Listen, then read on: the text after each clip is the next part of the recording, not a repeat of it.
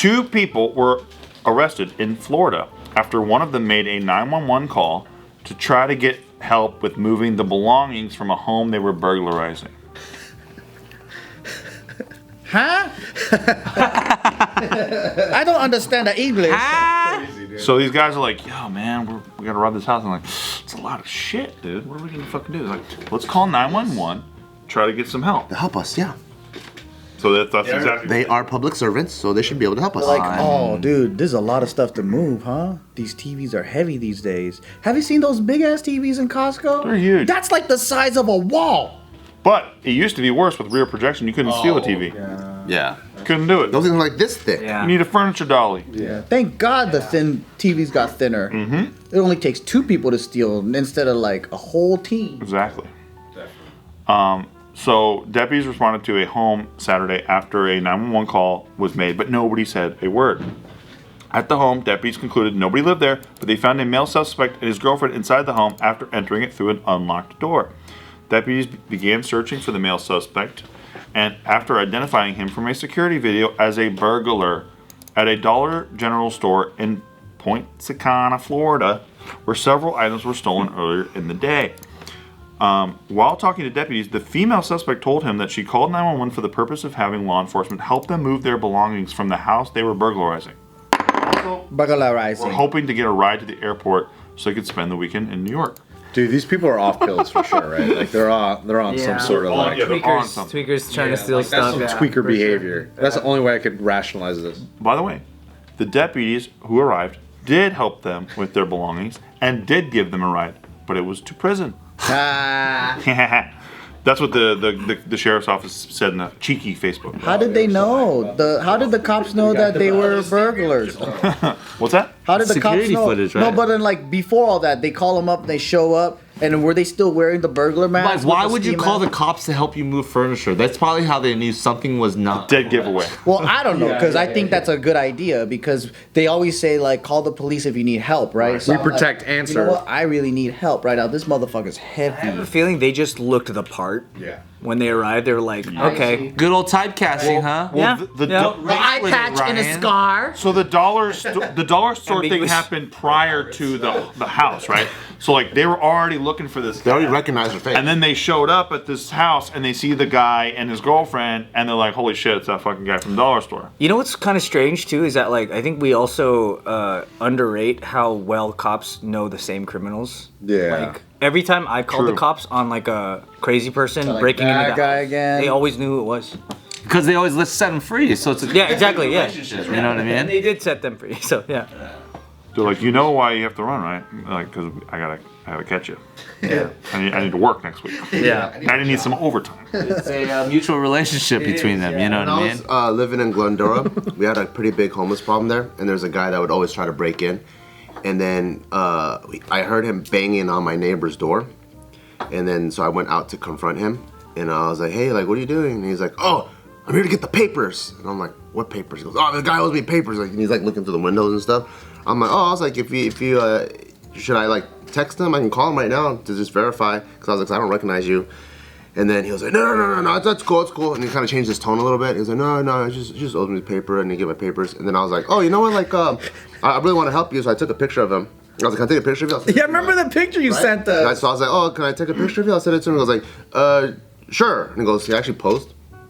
He posed for it. I was like, okay, cool. Hand on the hip? I was like, cool, I got your picture. I'll send it to him, see if he recognizes you. And I was like, oh, what's your name, by the way? And he tells me his name. Later, when I call the cops, I was like, hey, there's this guy that's been roaming around. This homeless dude, and he looks like he's trying to break into like everyone's house. And I go, and he told me his name was like yada yada. Even the guy on that, usually the professional, like, okay, oh, what was he wearing? And I go, his name is this, and he goes, ah, fuck that guy. It's funny because he gave you his real name. Yeah, he gave me his real name too. So you take a picture of him? Or he just gave you his alias. He's got like a fucking AKA that he gives all the time. Apparently he's honest enough to give his That's real name. funny that they switched tone like that. Yeah, right away, like he was professional, and he was like, ah, fuck him, god damn it. Yeah. That's the same exact reaction when we told the cop that the squatter across the street from the house. Yeah. When we were like, oh yeah, she told us that was her house, and they were like, they looked at each other. And they're like, come on. Jesus. Yeah, dude. Yeah. All the homeless people on my street, all the cops know. Yeah, they do, right? Exactly. And even when the guy actually came, he was like, you know what? To be honest, we'll put him away. This is what's gonna happen. Yeah. He's gonna be jailed 48 hours. He's gonna stand trial. Oh, you guys do 48 hours over there? Huh? Something like that, and they're like, We don't even do that they're over like, he technically didn't actually break and enter. He didn't really steal anything. All he's doing is just like scaring all the housewives and shit. So it's technically not a crime. So he'll be back on the streets in a week. Yeah. And I'm like, damn, that fucking sucks. That's why sometimes I miss street gangs, because street gangs, if you're like not known in the neighborhood, they're like, where the fuck are you from? And then they just beat you up for no reason, so you don't want to go to that neighborhood Don't be anymore. scared, yeah. 'Cause they're like, you know what? No one else should be burglarizing our neighborhood the way that we're doing it. That's why I like it, because it's like, don't come and fucking rob the homes in our community. Those are our homes. And I think that's way nicer. That is nice. Yeah. Back in the day when you were on street gangs, were you just beating up homeless people over there? No.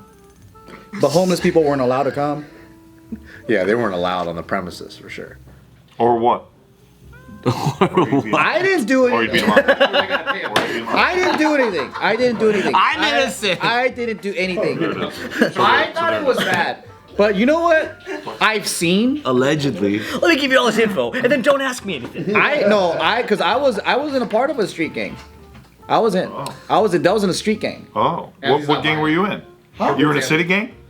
I was a wannabe organized crime. No. Like most Asian gangs were like not, unless you're from Long Beach and you're Cambodia. Like it wasn't centralized in a specific. Because street gangs are different. Like they like tag up the neighborhood, and then they like have like turf, and then they fight over that. And I think like the way that Asian gangs were like, they're like the mafia, and then they became disorganized. But they kind of tagged up like certain areas and like had like territory and stuff like that too, though, right? But I think some actual street gangs, like Excuse me? the 18th Street or whatever, like they actually live on that street and they rep that street. Where have you ever seen kanji graffiti? Exactly. Exactly. Does your gang still exist? So did you beat up? I'm not sure. Maybe. Yeah, but the thing is, I think a lot of Asian gangs now, the people that were doing the street gang stuff are now more organized crime. It was like. So they're business professionals, like lawyers. Yeah, they're like mortgage Hong lenders. Kong Cafe. Yeah, like that guy. Because the way that it always worked was like the young kids were doing errand boy stuff until they became older, and then they joined the organized groups. I see. But then the kids my generation were like copying all the stuff that they saw like on like, you know, like they're trying to be like Mexican style, black style, like street gang style. They were copying the way they clothed. Calypso No, sometimes. they were copying the way that they dressed. Oh. But they still didn't do it the same way. So they had, yeah. It goes all the way back to feudal, if you'd like to. Yeah. Samurai Can we gangs. talk about feudal Japan real quick? I think we should. It's that 8-minute mark. Oh yeah, we have like 15 more I minutes. think we can get through a couple dynasties. Can we talk about the history of Lubu? How does that always get back to He Luke? always brings it up, dude. I remember, okay, you know how like Chinatown now is like, it feels like weird and gentrified and different, right? I remember, Back in Japan. Filipino smash burger places. so there were a bunch of those flea markets everywhere. Alvin Kylon. Right? And the protectors of it were like these like Chinese mobster guys. And then me and my friends were just buying $5. I mean, you get t-shirts, you get 5 for $10 or some shit. It was a like really good deal. We're just fucking great deal. looking at it, whatever. And an altercation happens, like some guys were yelling at a street vendor, whatever. And then this dude, he's like got like a members only jacket, and then he goes like this, and he just has 2 fucking guns like that, and then he just hands on his hips, like looks at him like that, and then everyone Was it Chow Yun Fat? he looks like a dad. He looks like a dad, and he does that. Yeah, he has a one-sided And smirk. It was like the movie. It was like the movie. He goes like this. He does that. Another man shows up, and then he does one of these. He has a fucking like sword or some like Chinese dagger or some shit. They just stand like this, and then the guys that were like yelling and stuff, they just go, "Oh shit," and they just walk away. And I was like, that is the most mafia thing I've ever seen. Trouble. As fuck. We're just like, wow. Do you guys got this in the blue? You know, like we're like, That's pretty gangster though. The VIG this month is on me. That's crazy. yeah. But the organized crime guys are the security guys, and I was like, that's crazy. All the security guys are organized crime. But they didn't have a uniform. Not yet. It says Securitas. Yeah, I was like, Bring back gangs. I was like, that was crazy, man. So Joe misses street gangs. More gangs, please. Yes. It would help clean up some of our homeless problem. Where would they go? I mean, it would just push them. You leave it up to the gangs. They have good Do policies. you think the gangs have like the mental health training to be able to deal with some of these people? Stupid.